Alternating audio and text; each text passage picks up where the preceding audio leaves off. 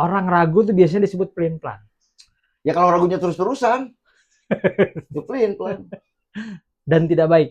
Tidak baik, kecuali ragu berpikir, saya ragu nih mau berangkat atau enggak. Nah, Berpikir, kalau berangkat bagaimana, kalau tidak berangkat bagaimana. ya pelin-pelan namanya. Bukan pelin-pelan, itu sedang menimbang-nimbang.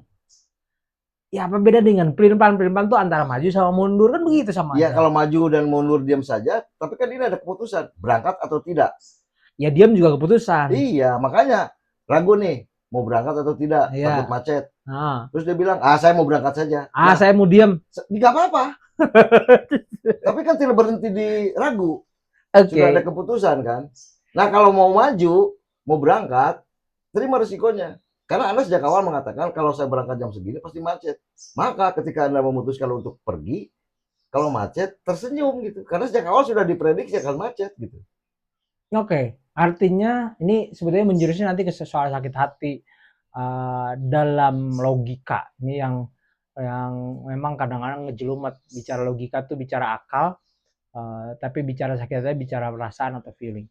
Ini arahnya ke sana. Tapi dalam pembentukan diri, karakteristik diri, gimana sih hari ini dengan berbagai tempahan yang luar biasa?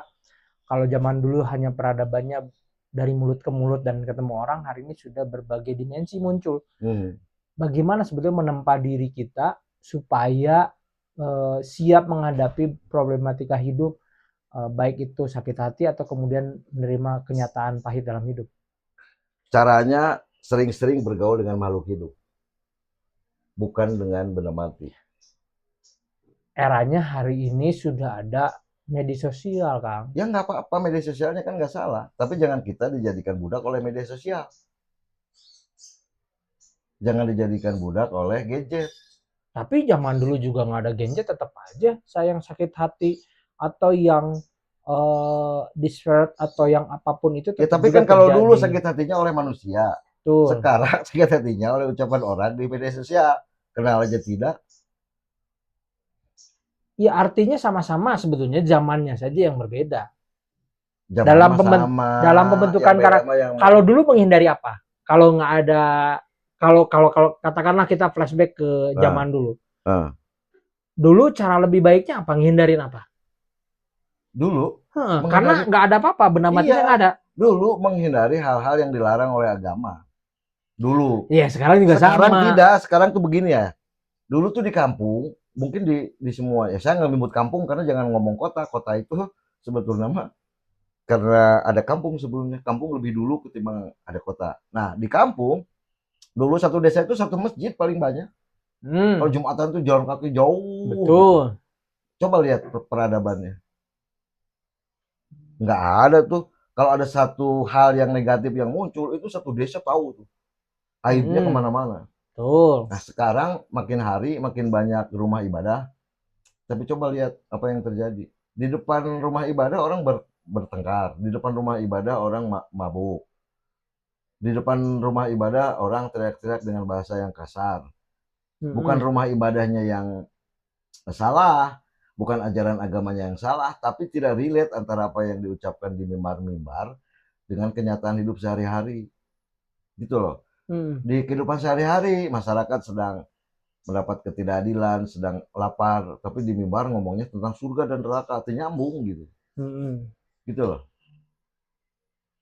Jadi artinya sama saja ketika zaman dulu dan sekarang tantangannya di situ ya. Iya, tantangannya sama, cuman metode, bentuk, gaya, caranya yang berbeda gitu.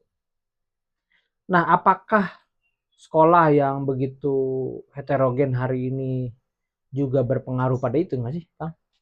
Hmm, Enggak, sekolah itu kebanyakan hanya mengejar kognitif ya, mengejar orang cerdas, bukan or, Afektif. bukan orang menjadi benar gitu. Hmm. Jadi makin hari makin banyak orang yang cerdas, tapi makin agak sedikit lah orang yang menjadi benar, karena kalah pamornya oleh cerdas.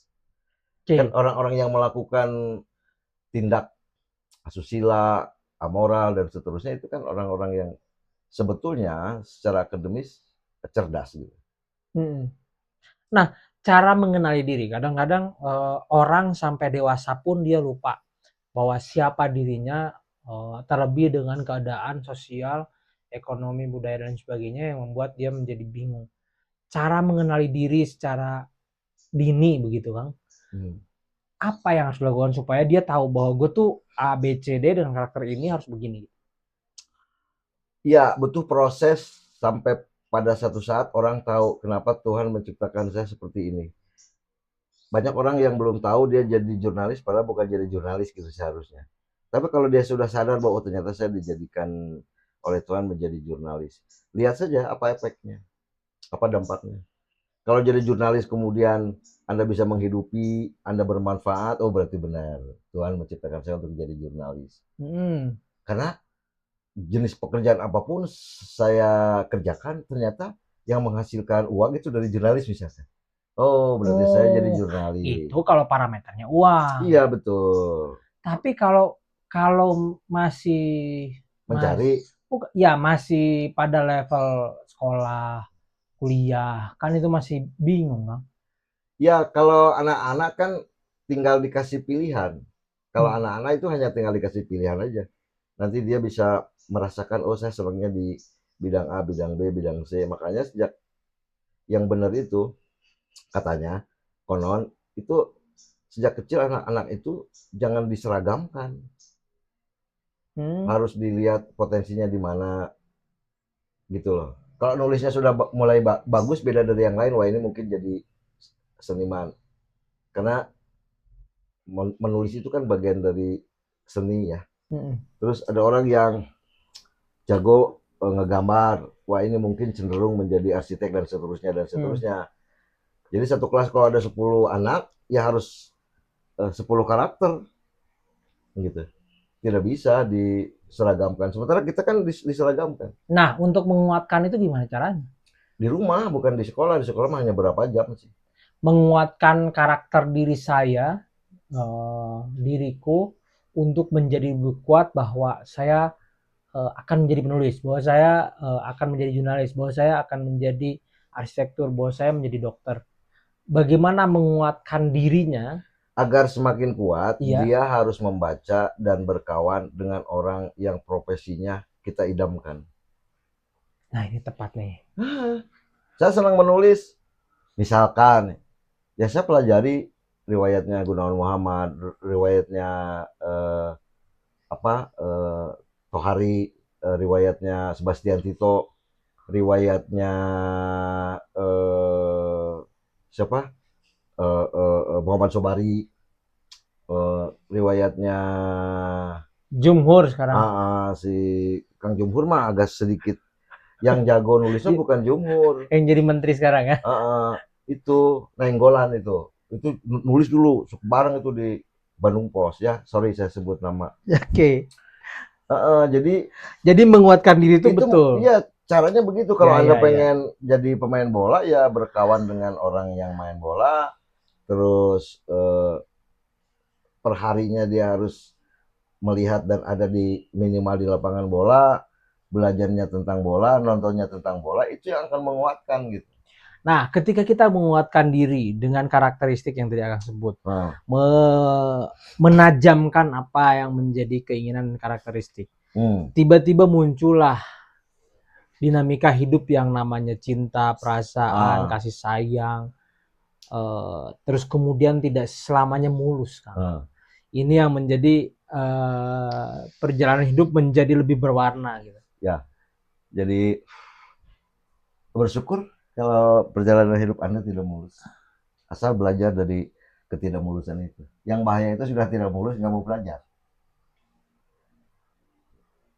Tapi ada yang begitu mendalam pada ketika sesi hidup begitu belok ke arah percintaan dan kasih sayang atau feeling ini, Kang.